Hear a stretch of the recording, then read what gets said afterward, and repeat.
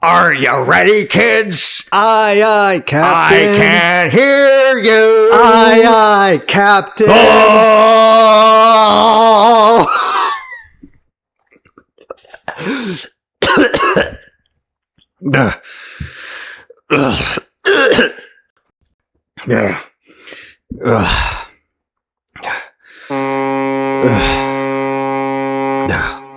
I should have finished high school. Hey guys, I'm your host, Juan, and today we're diving into Crossed, Grave New World, aka Volume 9, aka issues 44 to 49 of the Badlands anthology series. This arc was written by Daniel Way, primarily known for his work on both the Deadpool comic as well as the video game. It also features art done by Emiliano Urdinola. Alright, look guys, I'm gonna keep it real with you. This is some major doo-doo, alright? Like, from the beginning, we start from level 100, so, be warned. But yeah, we have sort of a vaunted tradition on this channel of covering both lost gems, and truly appallingly bad horror material. And this cross story will certainly give the whole shrink/anti-cross thing a run for its money. However, before we begin, make sure to like this video, as well as subscribe to the channel so you can stay in the loop with all the latest videos. Also, consider signing up for my membership program here on YouTube for early previews of the next stuff. But yeah, enough with all of that. Let's jump right in. Our story opens on a warehouse in the US Navy's Little Creek amphibious base. It's been 3 months since the Crossed outbreak began. 3 months since a virus robbed the afflicted of their self-control and rendered them all into merciless psychopaths. Don't believe me? Take a look. We see a pair of crossed sailors sodomizing their commander with a handgun. The man slumps over in trauma, and the crossed howl in laughter. Blood gushes from his wounds, and the cross get jealous. They want to feel what it's like to be torn up back there. A stone-faced man watches the hedonist monsters destroy themselves and bleed out. To him, the ghastly scene is actually a good omen. These freaks will take care of themselves if you wait long enough. Which means all the survivors have to do is come together and purge out anything that resembles the crossed sickness from their own hearts and minds.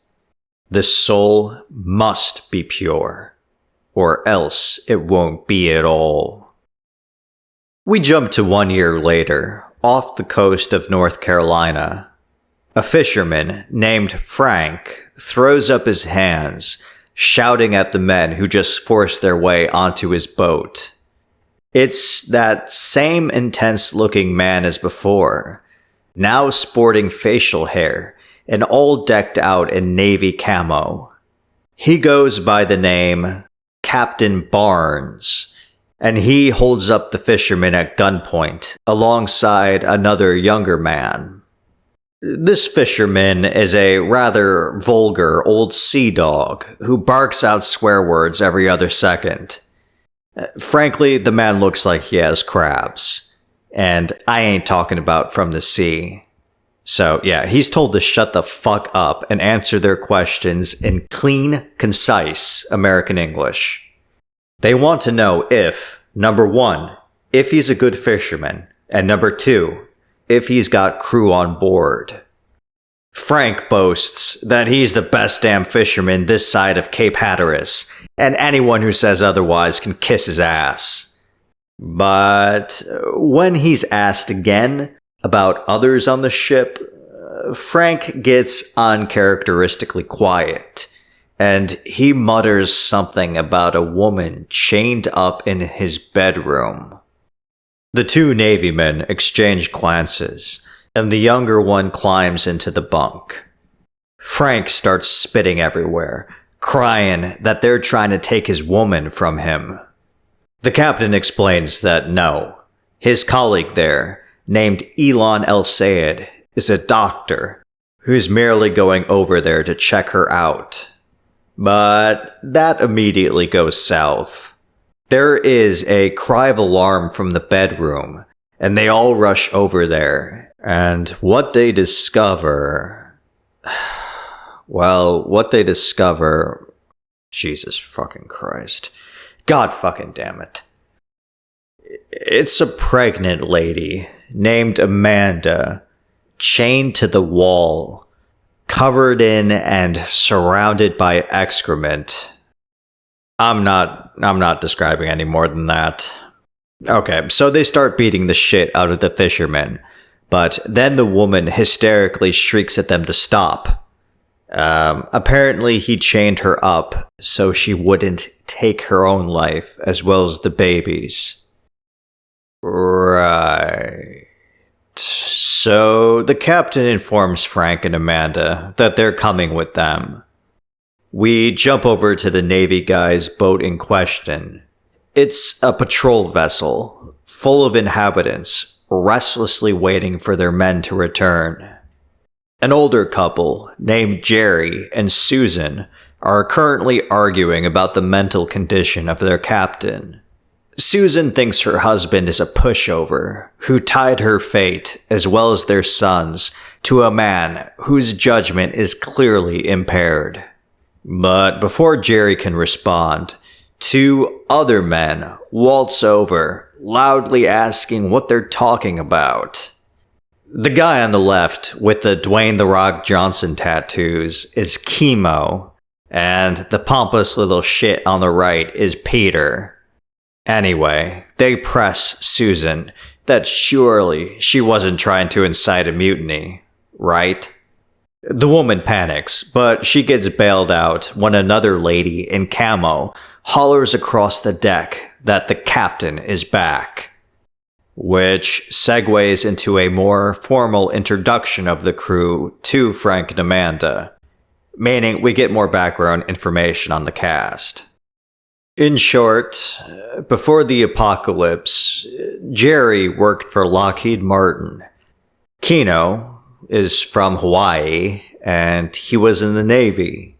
Also, he speaks in a Jamaican accent for some reason. Whatever. And then there's Peter. His family ran one of the largest construction companies in the country. But Petey here personally was more of a nepotism case. And then, of course, we already met Dr. Elon. So the final crew member is actually the captain's second in command, a strict, no-nonsense woman named Ella. Right, so that's them. Now the spotlight is on Frank and Amanda to introduce themselves.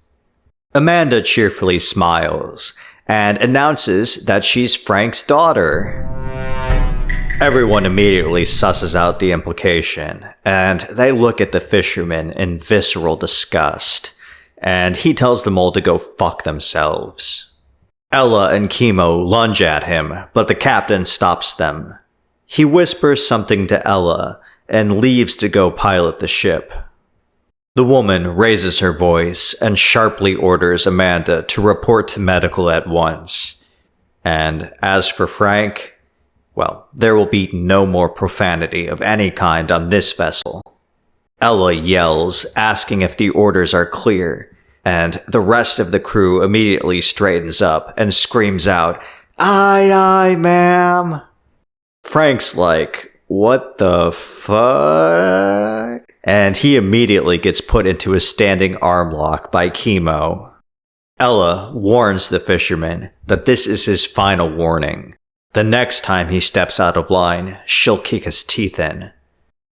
We next follow Ella over to the sick bay, where Dr. Elon has put Amanda under sedation in order to examine her vitals and rehydrate her. Ella bluntly asks if she was raped, but the doctor assures her that there's no visible evidence of trauma. Ella's not convinced, though. She confidently asserts that it means merely that Frank hasn't done it lately. The doctor sighs. He tells her that his job is to assess whether or not Amanda has the virus, and then whether or not the pregnancy is viable, even if it's the result of inbreeding. Now, if Ella has a problem with that, she should take it up with Captain Barnes, who, remember, let them on the boat in the first place. Ella gets in the doctor's face, hissing at him that she needs to know with absolute certainty whether or not it's safe to have Frank around the children on board. That's right. Horsing around and causing a general ruckus in a room together is a group of 4 bright-eyed children. They argue and fight over petty nonsense and threaten to tattle on each other and whatnot. I'm not exactly sure where these kids came from. It gets more confusing the more you think about it. Also, their names are all fucked up and inconsistent, but I'm not going to get into that. Okay, I'll just say that from left to right, we have Evelyn, Kevon, Shauna, and Polly. Oh yeah, and the captain keeps them locked up in a detention cell all day. In fact, they're terrified of the man. They know what he did to a couple named Melissa and Leo who were caught having sex. They were kicked off the boat and cast aside like garbage. Officially, they were sent on a special mission, but that almost certainly means death. Recalling all this, the children slump their shoulders and take long, sad stares at the ground. 6 months pass, and the ship rocks among choppy waters in the far north.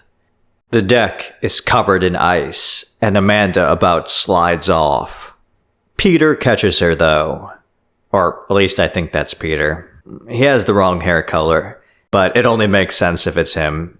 Anyway, Amanda asks why the captain doesn't take them south, where it's warm, and Peter replies that he actually is, come springtime. And not only that, apparently Captain Barnes is looking for a place to permanently settle, on land. So far, the captain has only told this information to Peter and Frank, because he has a special job for them to accomplish before they reach their destination. Upon hearing reference to her father, Amanda hangs her head. He hasn't spoken to or acknowledged her since the birth of their baby. And, I guess we see why. To put it in terms Frank might appreciate, the kid's basically a drooling blobfish. Oh, and by this point, Frank's rotting mouth is now missing several teeth. I only mention it because from this point on, you need fucking Duolingo to figure out what this guy's saying. So that's pretty epic. We next cut to 2 random Latino kids running around an island under the loving eye of their papi. They're brothers named Ernesto and Domingo, and they fight over mundane shit like mangoes. But that's not the main point. The main point is to introduce the location they're living at. Fort Jefferson, the isolated island fortress nestled in Dry Tortugas National Park. And that's how we conclude the... Wait, this was only the first fucking issue? Meanwhile, as all that is going on, in New Orleans, a pair of survivors stumble their way through the city. They stand in amazement, staring at a capsized dredge boat on the shore. This is Melissa and Leo, that same couple who got exiled from Captain Barnes' boat. I guess it turns out he really did send them on a mission, but as Leo points out, it was one that was clearly meant to be impossible for them to fulfill. His specific instructions were that if they found a large boat full of topsoil, then they could come back and be forgiven. Melissa isn't listening, though. The many months in the wilderness, struggling to survive, has given her a lot to think about. And she concludes that Captain Barnes was right about them. They were dirty and impure. Leo asks if she's out of her fucking mind. The captain was probably just jealous and wanted her for himself. Leo turns his back to wipe away the frustrated tears, but then his eyes go wide and his mouth forms around a scream that never quite comes out. Melissa just buried a hatchet into his skull. Some people just ain't no good. We return now to the boat, where Captain Barnes is once again reiterating his doctrines to the others in the mess hall. He preaches that men are less trustworthy than the crossed. The infected are all surface level and predictable. They don't hide what they are. They aren't ashamed of it. But man, he lies. He cheats. He debases himself. Women must of course be protected, but there will be no sexual relations of any kind, and that includes husband and wife, as in the case of Jerry and Susan. Captain Barnes continues, reaching a crescendo in his speech. In a high tone, he declares that they're going to create a new world, cleansed of the degeneracy that marked the old. The crossed were born from man's evil, so the new order will sterilize the soul like a chemical disinfectant. And if they follow the captain like a shepherd, he will herald them to a new age, and they will flourish in perpetual peace. Everyone looks down pensively, all except Amanda, who stares at Barnes with shimmering eyes and boundless energy. And afterwards, Susan confronts her about this. When they're alone, she bluntly reminds the girl that Barnes is not a prophet. He has no divine insight, and what he says is not law. Amanda stubbornly resists that the man never presumed to have said as much, but Susan snaps at her to quit being a fool. Barnes is not even a real captain. He had never attained that rank in the Navy. And get this, he didn't even serve on a boat. He was a brig warden. That's a military prison. He spent his entire career keeping people locked up and controlled. And catch this, Chemo was one of his prisoners. Amanda looks at her dumbfounded. But then Dr. Elon walks into the room. He reminds Susan that he too was one of the prisoners. But all of that was in days long gone by, before they even knew what good and evil really were. Susan scoffs and angrily walks away. And that was that. Believe it or not, we fast forward a fucking year and a half. That's right, the patrol boat now sails along the river east of New Orleans. Captain Barnes and Ella are patiently waiting for the radio report of Peter and Frank, who are now off on their nebulous mission. No word though, and Ella expresses her lack of faith or trust in Frank. But the captain doesn't remember asking for her opinion. Is not his own faith enough for her? Yeah, great. Anyway, returning to Fort Jefferson, we find Ernesto and Domingo getting disciplined by their father.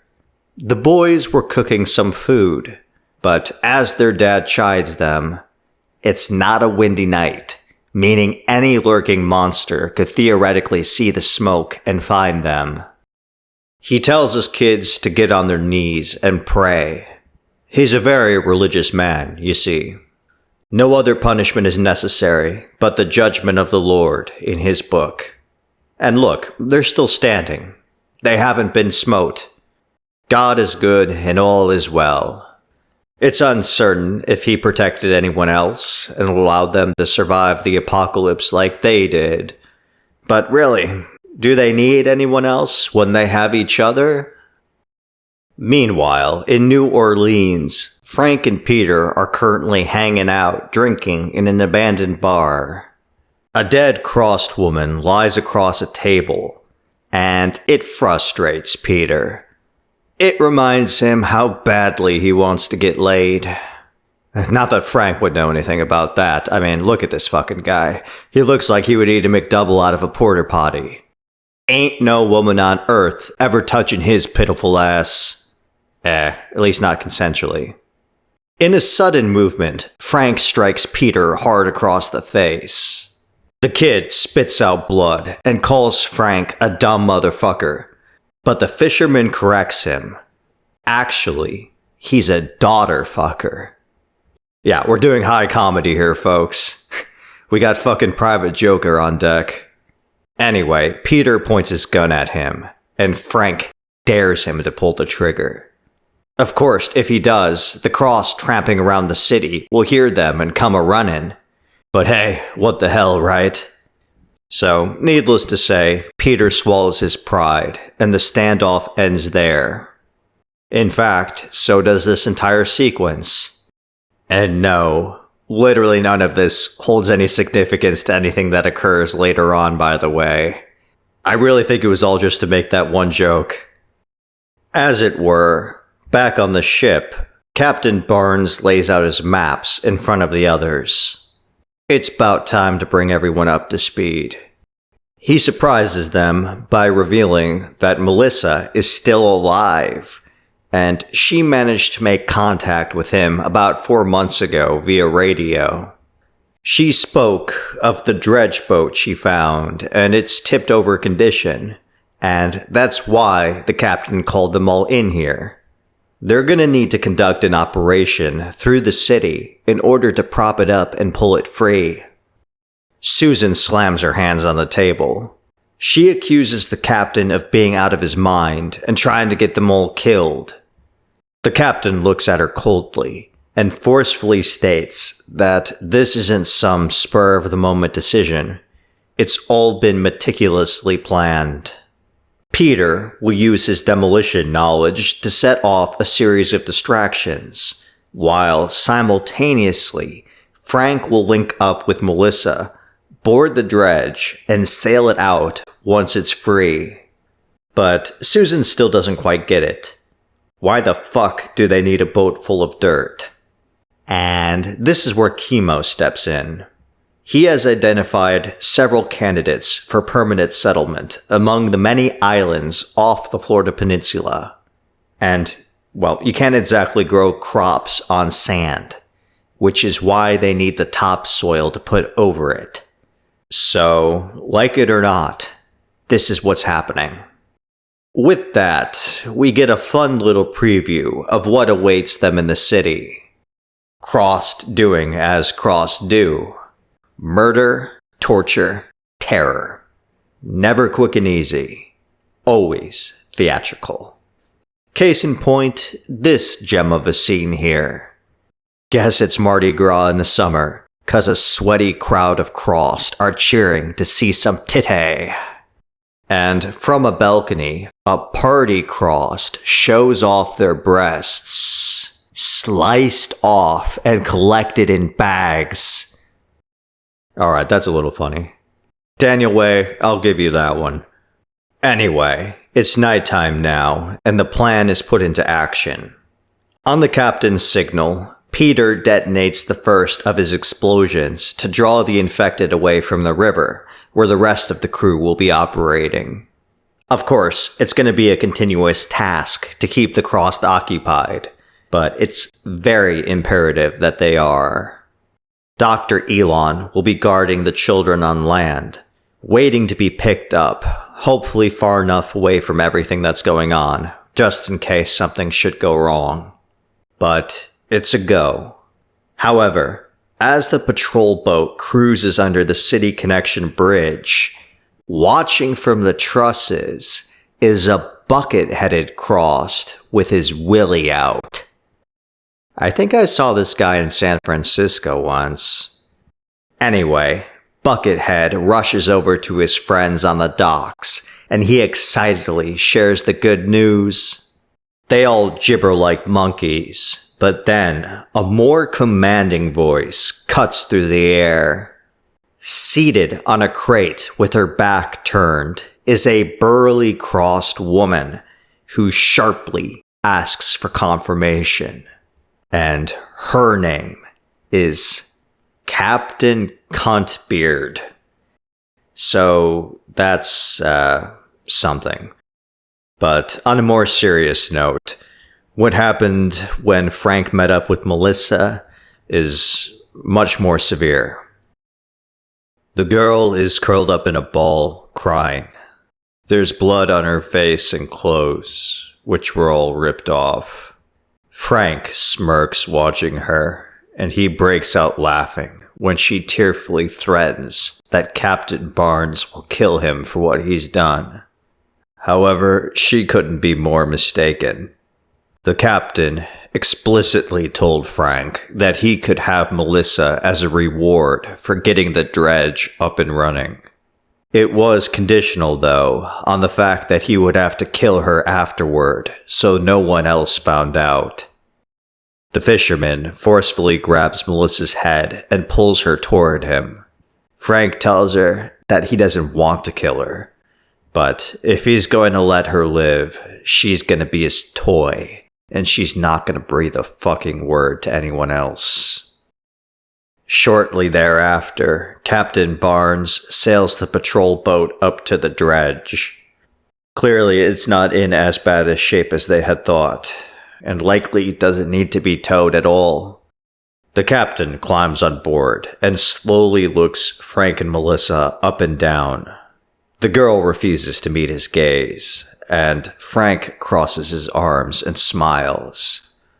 And acting as if everything is normal, the captain puts his hand on Melissa's shoulder and tells her that she's done well. The awkward reunion ends there because Ella calls out that Peter's on the line and he's reporting a major problem. There's a fleet of cross pirates moving toward their location, led, of course, by the indomitable Captain Cuntbeard. They got a few minutes yet, but yeah, playtime's definitely over. Frank quickly explains that he got the boat's propulsion and engine working, so they should be good there.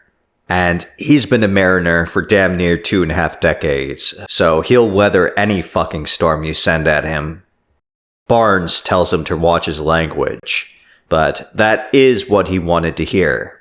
He orders Ella to stay behind on the dredge with Frank to relay visuals, as they'll hide the smaller patrol boat behind the much larger ship, and that's where the captain and the others will be. Melissa, Chemo, Amanda, and Susan will operate the machine gun defenses, while Jerry will join the captain in the command cabin. So everyone gets into place, and Barnes asks Ella what kind of firepower the pirates have, to which he's told, seemingly none.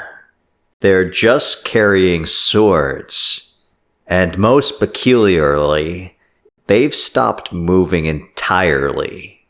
They're just sitting there at the mouth of the river.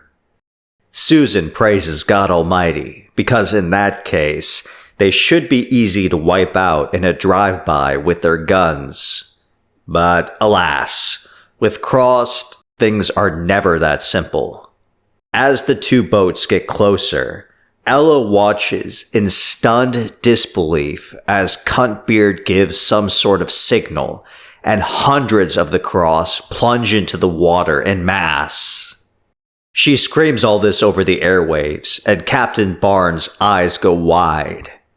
The Crossed have just turned themselves into living torpedoes.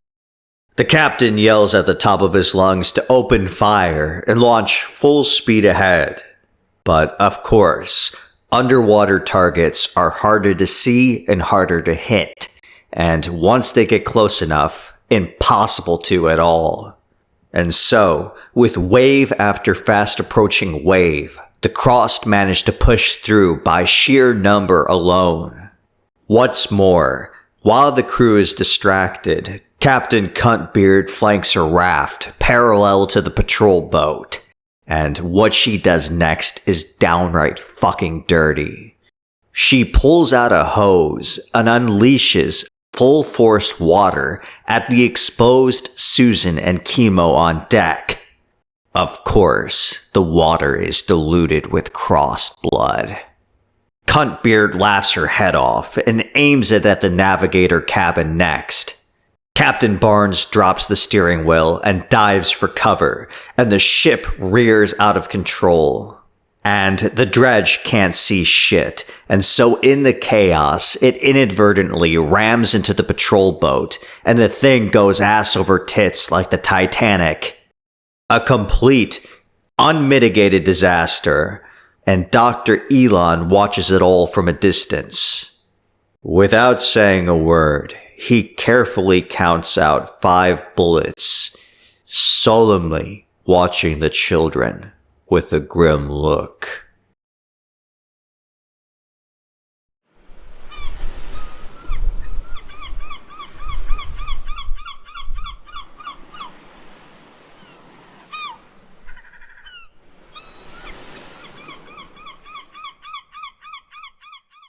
It's been 2 years since the boat fiasco in New Orleans, and the dredge now lies peacefully at the bottom of the sea. Perpetual tides have washed it away and made history of it. Birds soar through the salty air, in happy ignorance of the cruel world underneath them and how it became so. But now we find ourselves in Fort Jefferson, where bodies toil under the hot sun. Farming. Captain Barnes stands at the center of it all, triumphant, overlooking his paradise alongside Ella and Frank. As you can see, the man is now covered head to toe in third-degree burn scars. His hair has all been singed off, and his skin is discolored and leather-like, giving him a Deadpool-ish appearance. Which, given what I said about Daniel Way's other work, may or may not have been a coincidence. Anyway, as you can imagine, a lot has happened. And for whatever it is that occurred, Ella now treats Barnes like a savior, much to Frank's annoyance. The captain's too, mind you. He brusquely reminds Ella that in the moment, he didn't have any idea that they'd survive, much less make it here.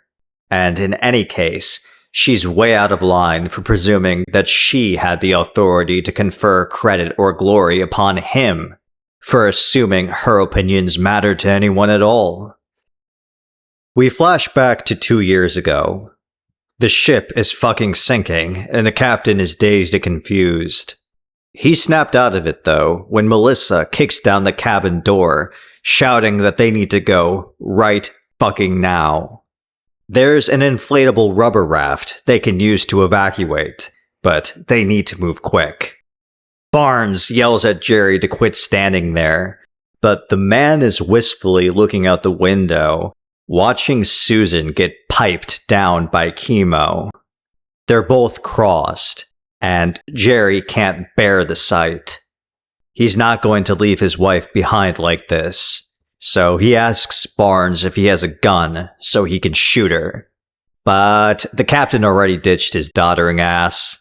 He's too busy frantically loading up crates with the 2 women as the floor beneath them sways back and forth. The seeds are the top priority, then the weapons and the rations.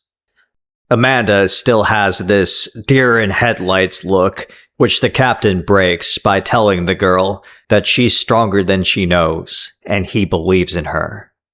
So the 3 of them load up the raft with supplies and get in. They radio Frank to get the dredge to the ocean ASAP, and they'll follow behind to be picked up. And as for Jerry, he strips naked and walks up to Susan and the other Crossed who have boarded the vessel.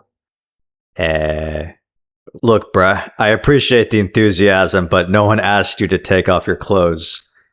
Yeah, well, I think we all know what happens to him next.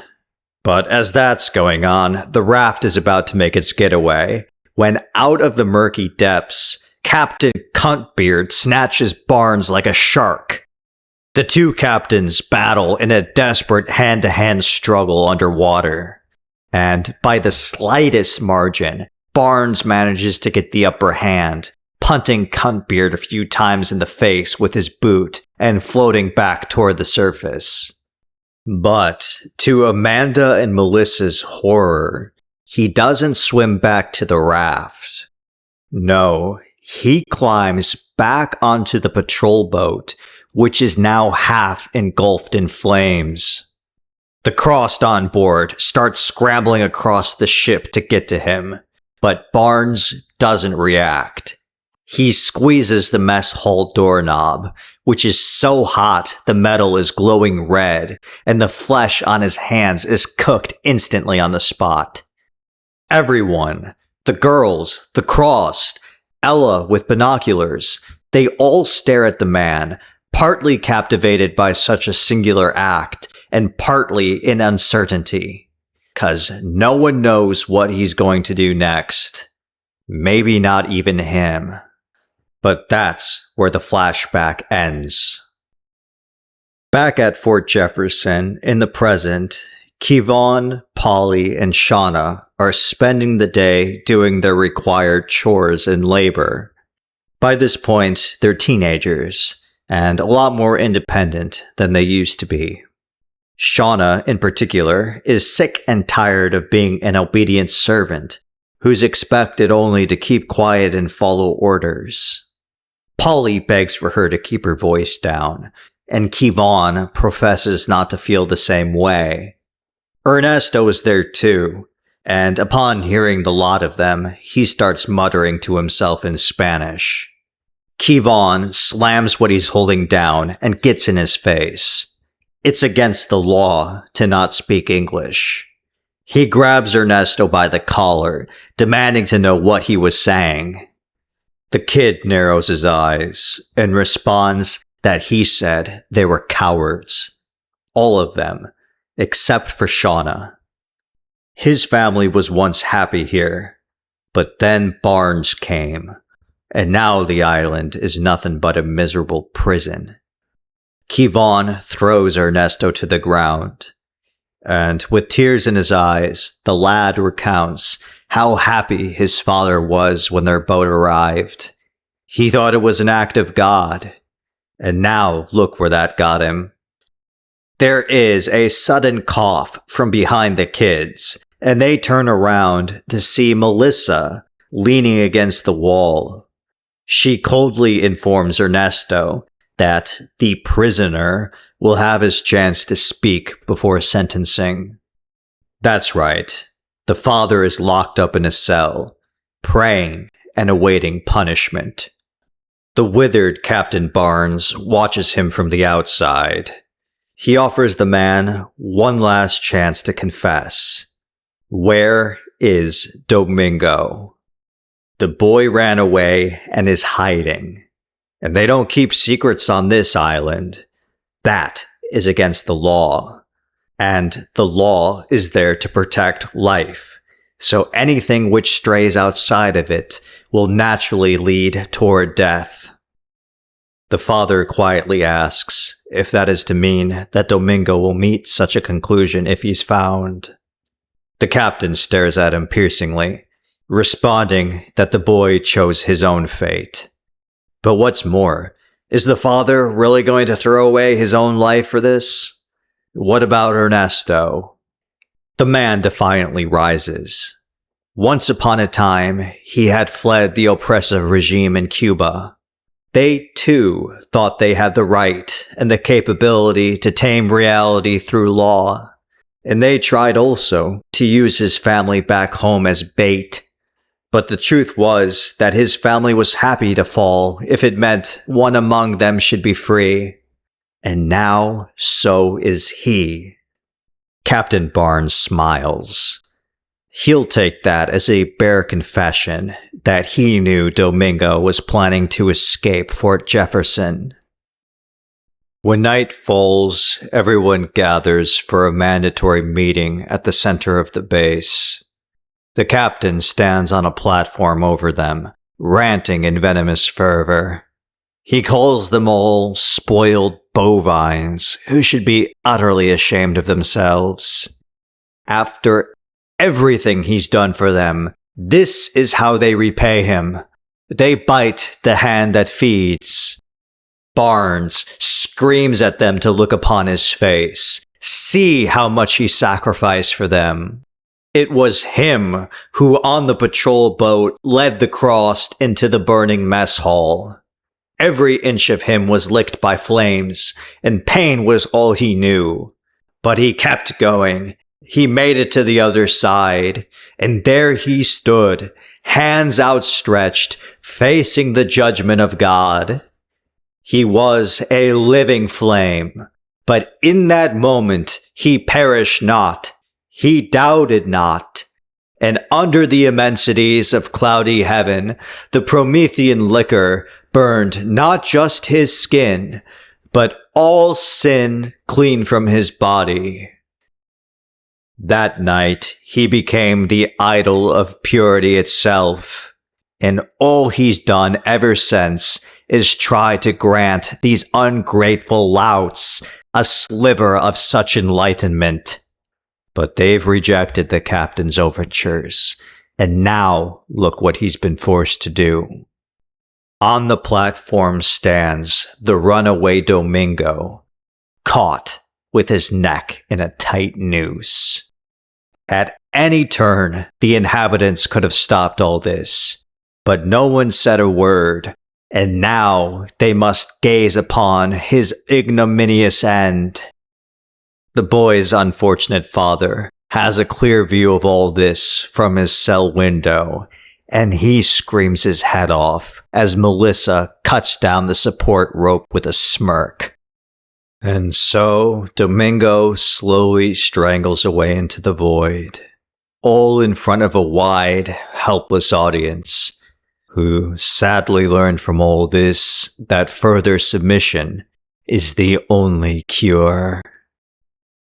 We pick back up a few nights later when Amanda is drifting around, crying, thinking of Peter. Remember him? Yeah, the writers just did too. It's kind of unclear what Amanda's visions of him are supposed to signify. I guess that he maybe got overwhelmed by the cross during the New Orleans debacle. Who gives a shit? Anyway, we next cut to Barnes, who's in his room, naked as a jaybird, bathing himself. All the while, he keeps muttering the word clean over and over again like Gollum. But something catches his attention, and he whips around to find Melissa in the nude, presenting herself to him like a nymph. He immediately spurns her, though. The captain claims to be above such things now. But what about children? Melissa asks. The captain smiles. He proudly declares that all of the island's inhabitants are his children. And for that reason, he's going to live forever. Through them and their kin, he will be reborn in a new body, a just reward for a righteous king. And so we check out his prospects thus far. There are 2 children, both of them by Frank. The one he sowed from assaulting Melissa, and the one he had from before with Amanda. The stunted one, who the colony pretty much treats as a sentient chum bucket. How the hell did that kid even survive? Where was he during the boat fiasco? Whatever. Anyway, Amanda is in charge of managing them all day. Melissa occasionally checks in, as she's doing now, but the women don't exactly have a warm relationship. Melissa can't stand the sight of her own child, And Amanda is sick of being relegated to the bitch nursemaid. She knows she's better than that. Melissa growls that she should be thankful. After all, it is Melissa who stops Frank from abusing anyone other than herself. They all have their parts to play here, and none of it's glamorous. So no, she doesn't have to love her son. She just needs to make sure he remains alive yet for Barnes. The conversations about children continue on further into the week. Dr. Elon has his own concerns, and they're twofold.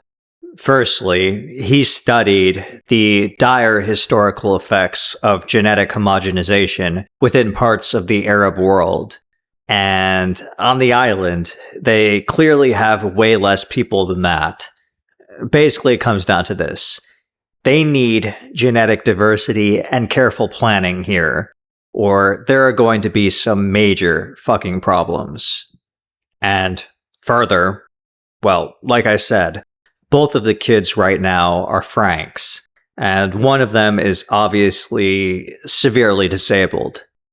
And that could very well be a recessive trait that Frank is carrying. So they cannot, in good faith, let him continue to sire children. The problem, though, is that the fisherman simply will not stop preying on women. He straight doesn't give a fuck. And that's going to put them all in jeopardy long term. Ella swiftly steps forward. She proposes to the captain that she can kill Frank for the good of the community. Barnes quietly considers her offer, deep in thought. Meanwhile, we see what the fisherman is up to. Currently, he's teaching Kevon, Ernesto, and his father how to spear fish. Obviously, he's a profoundly shitty teacher. Be that as it may, the captain steps onto the beach, asking to speak to Frank in private. Ernesto vibrates in murderous rage, every inch of him screaming to pick up the spear and jam it through Barnes' twisted neck. But his father pleads for him to stop. If his boy must hate anyone, it should be him. It was his job to protect Domingo, and he failed. Ernesto grinds his teeth and pushes his father down as hard as he can into the ground. The boy will never forgive himself for ever seeing in his father anything other than a frightened old man. He tells him that his precious God, the one he spent his whole life living around, yeah, he's nowhere to be fucking found. Kevon watches this entire affair with sadness. He softly puts his hand on Ernesto's shoulder, suggesting merely that it's time for them to go. As that's all going on, Polly, Evelyn, and Shauna are performing their assigned duties of food preparation. They also half console Polly. Apparently, she had a sort of romantic relationship with the departed Domingo, but the other girls don't really understand, or even really care to try to. They've grown cynical about what it means to be young women on a micromanaged island obsessed with fertility. But as they're talking, Evelyn clutches her stomach in pain. It's her period. Shauna comforts her that it's alright.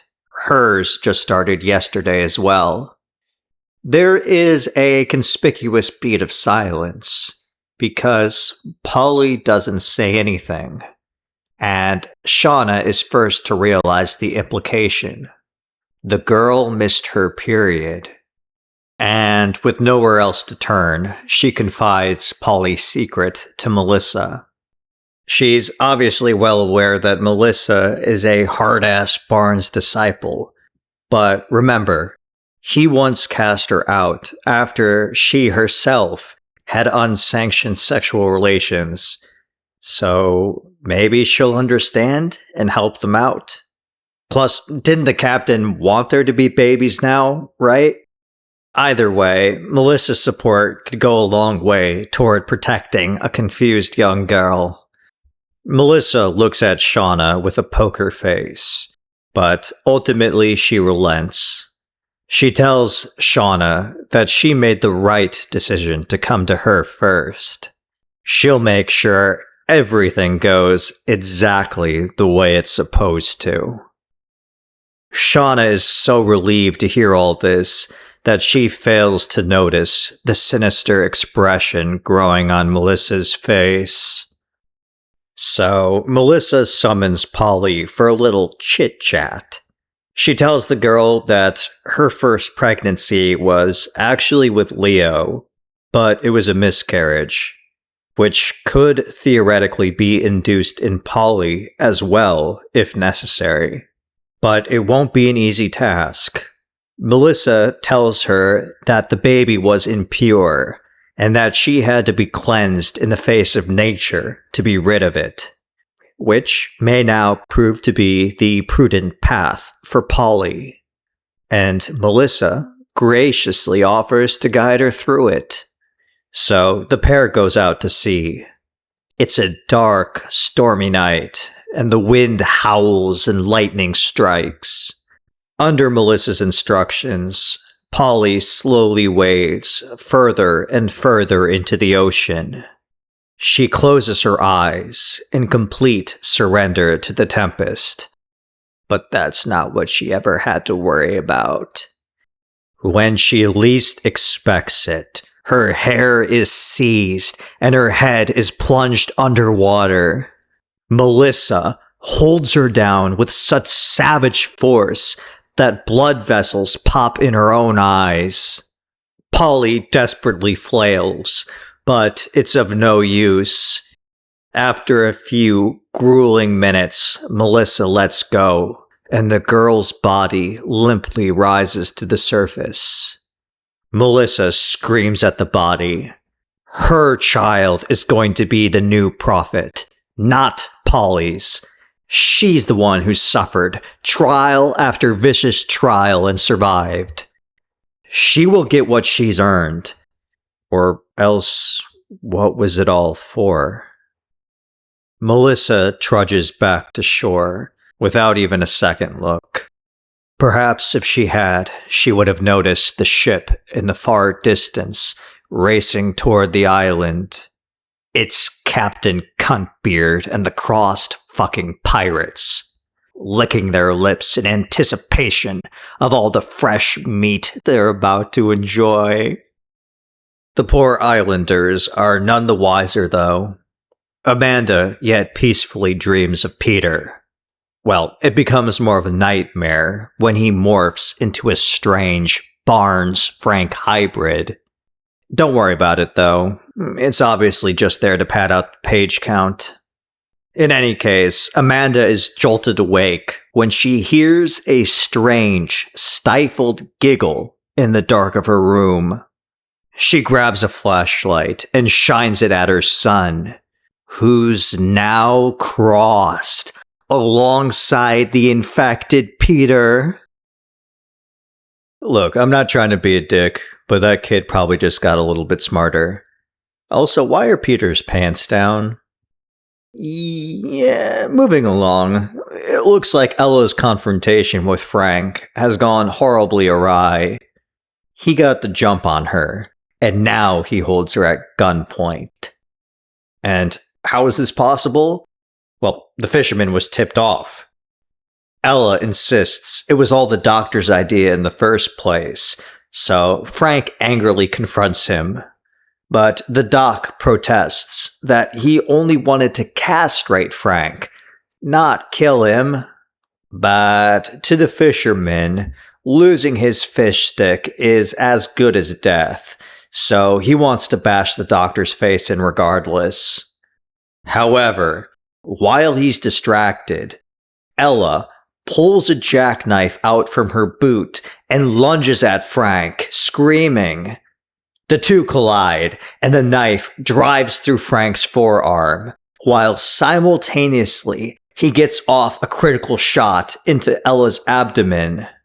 And believe it or not, this has generated a lot of noise, and Everyone across the fort springs to their feet. Evelyn and Shauna, who we never see again.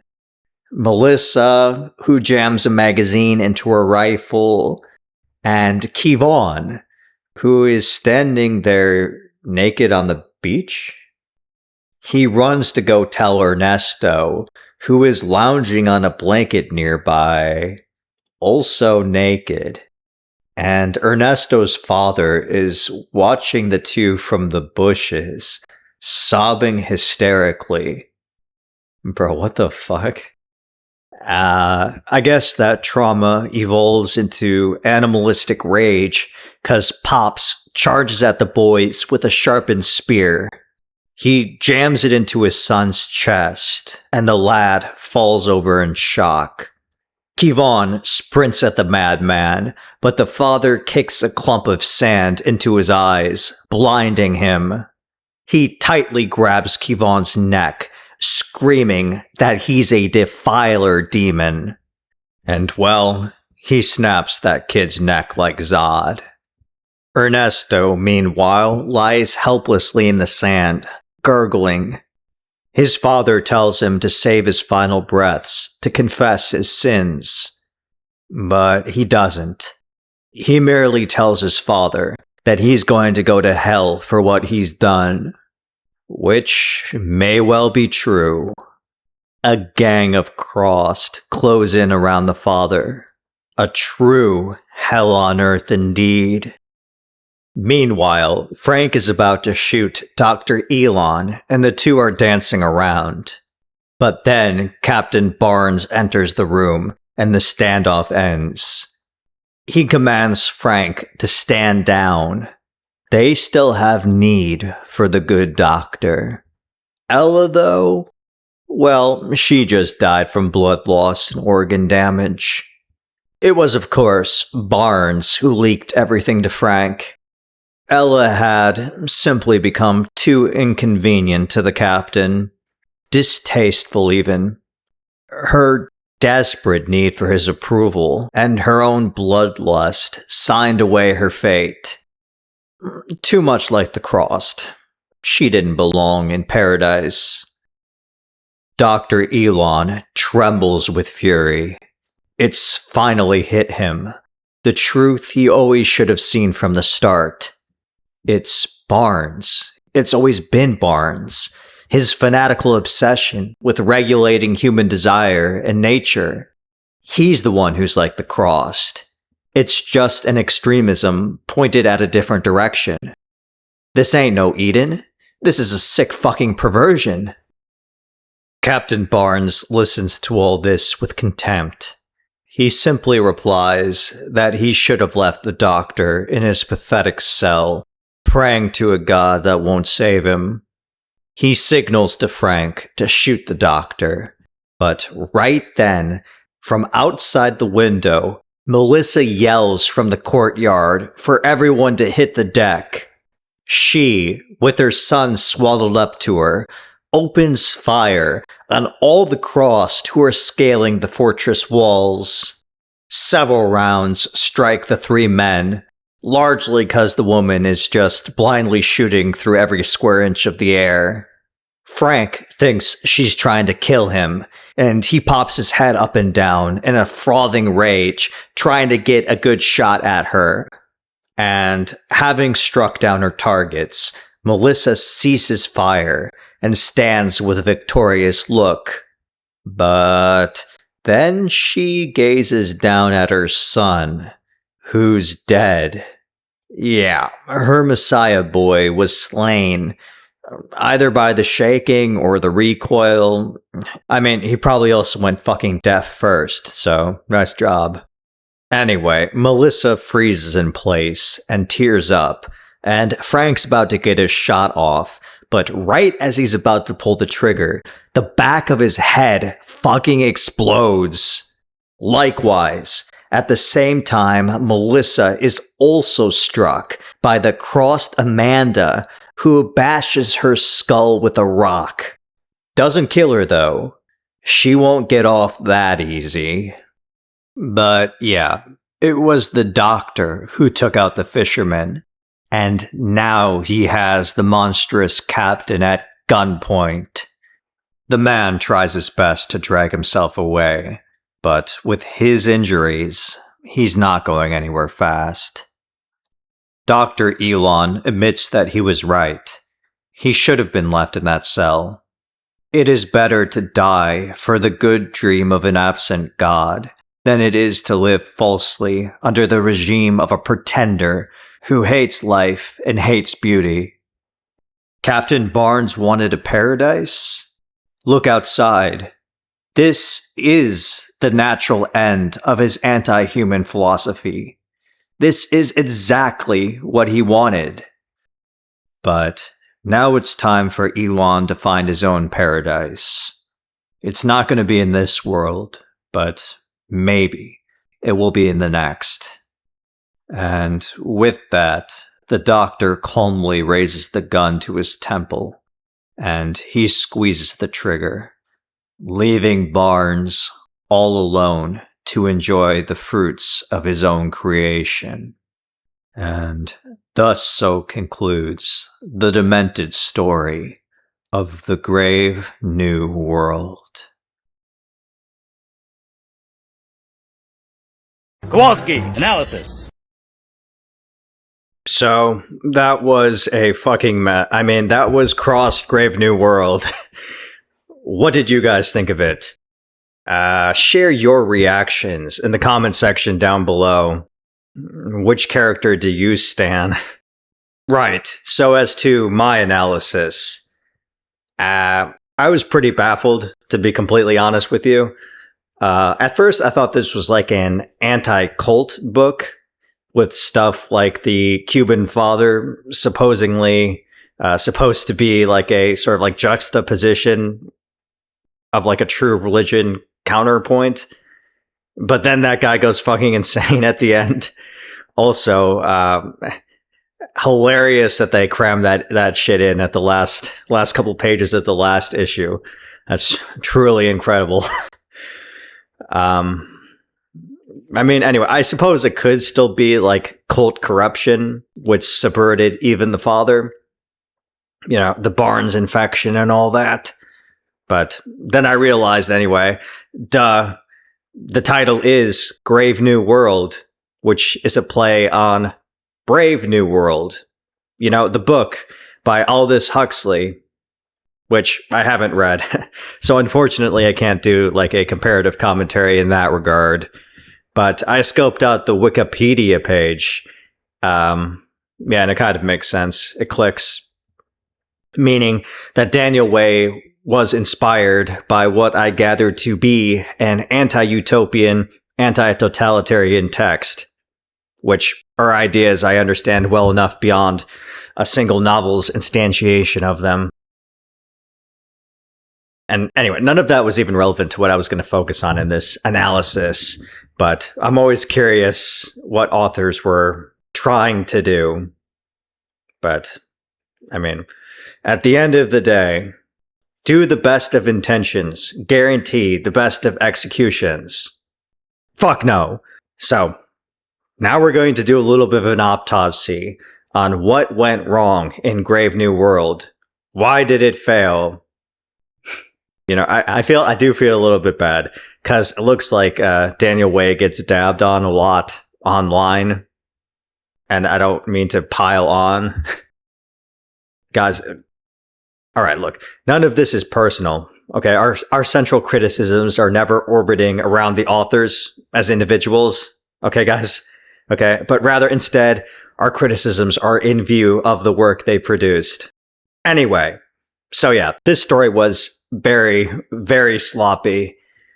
I already touched on some of the more obvious stuff, naming and drawing inconsistencies, etc. There were other things of that kind, but none of that stuff makes up the larger structural issues. Okay, the first of which I will say is simply the character work itself. Okay? Look, I've noticed this tendency even in the greatest writers of all time, especially in serialized storytelling. This impulse to create characters before necessarily knowing what is to be done with them. Basically having as many toys in the conceptual box as possible. Think of it like trading on margin, but with potential story function. And it's always a risky gambit, and it takes skills and finesse to be able to pull it off seamlessly. And Daniel Way couldn't. So, what do I mean? I mean characters disappearing and reappearing, basically, on author discretion, such as Peter. I mean vague, impressionistic characters who have no arc, like most of the children. Vestigial organs. And I mean characters essentially playing an almost identical narrative role, such as the tripartite Ella, Amanda, and Melissa. Right? They're all trying to be Barnes' right-hand true believer character. And the consequence of that is outside of their individual endings. I mean, they're basically interchangeable. And quite frankly, the story is not large enough to accommodate them all. So all of them are kind of left underbaked.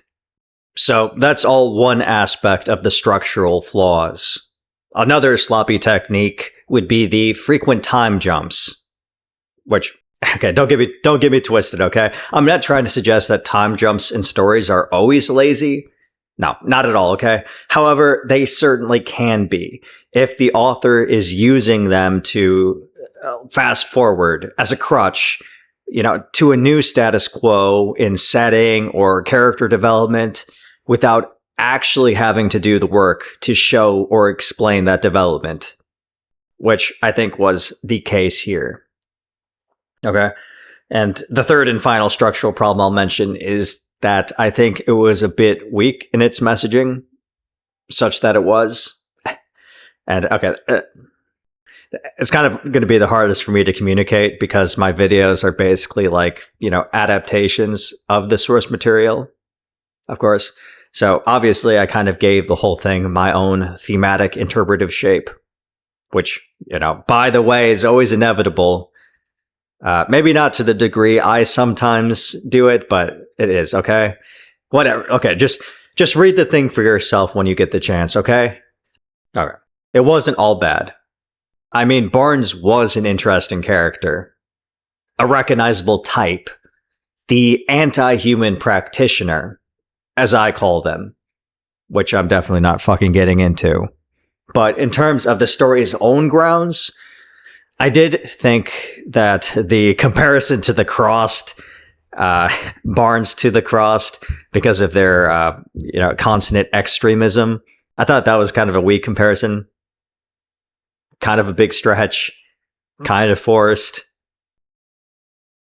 It reminds me of when I was a kid and, I would game these Venn diagram assignments in school. There's where it's what's the similarities? And I would put they both have eyes. They both breathe. That sort of thing. But back to the book, okay? I also didn't find the ending super satisfying. A little bit cheap, actually. It was purely done for drama, right? Because it's supposed to be oh shit, he suddenly shot himself, and now Barnes is all alone in hell. Yeah, it was supposed to be like that. But we know what's going to happen to Barnes next. It's not a mystery. He's not going to get away. So you might as well show it.